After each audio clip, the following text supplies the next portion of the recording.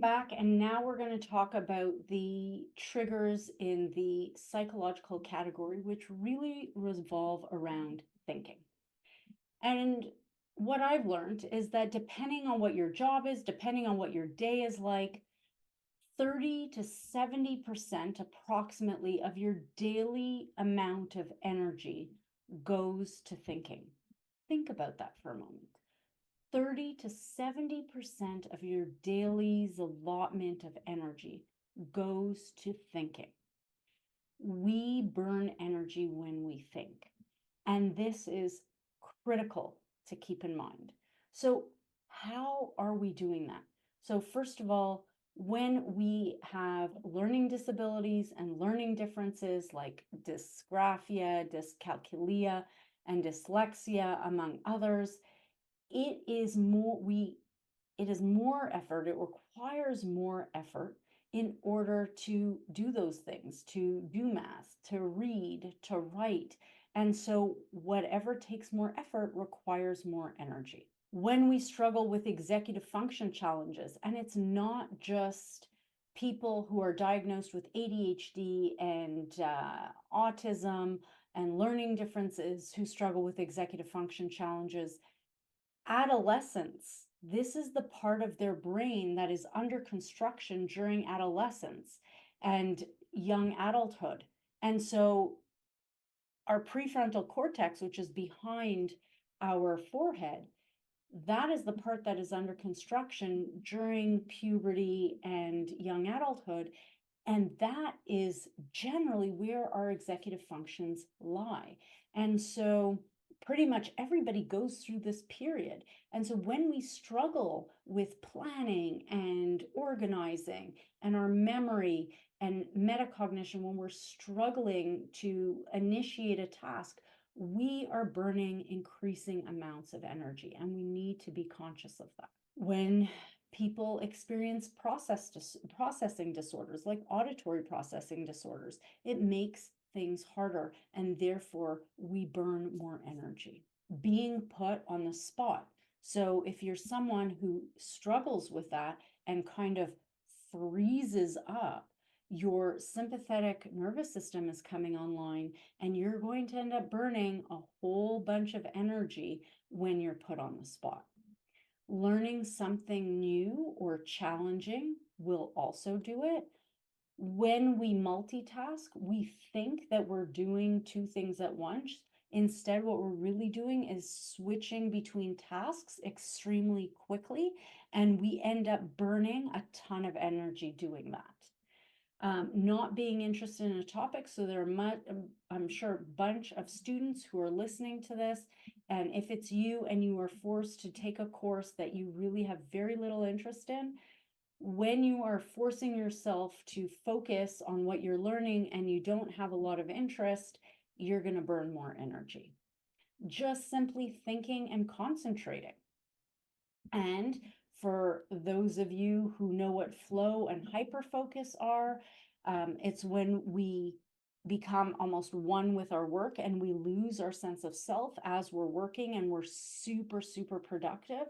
This is a great feeling. I experience hyperfocus and flow frequently, and I'm constantly learning how to engage with it more easily.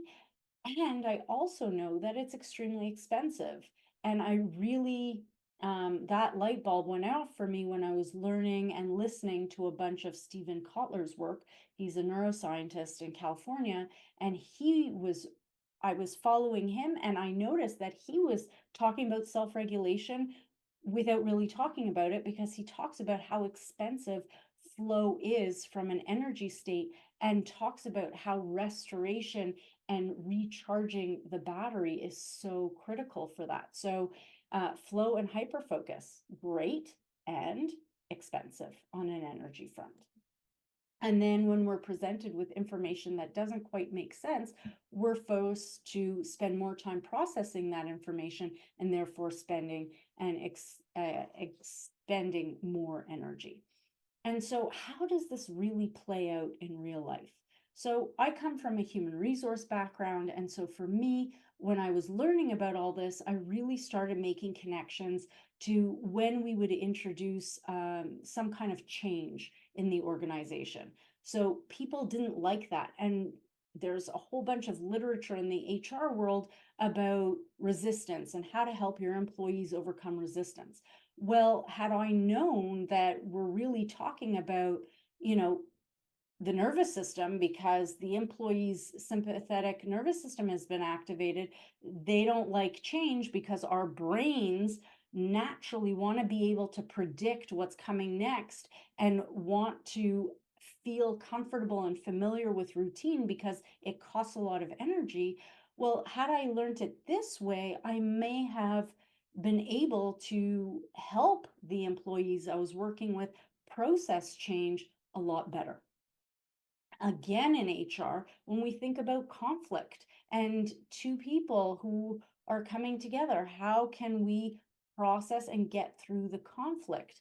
Again, in HR, a lot of DEI initiatives right now, diversity, equity, inclusion initiatives right now, and how many employees are struggling with the information that they're learning.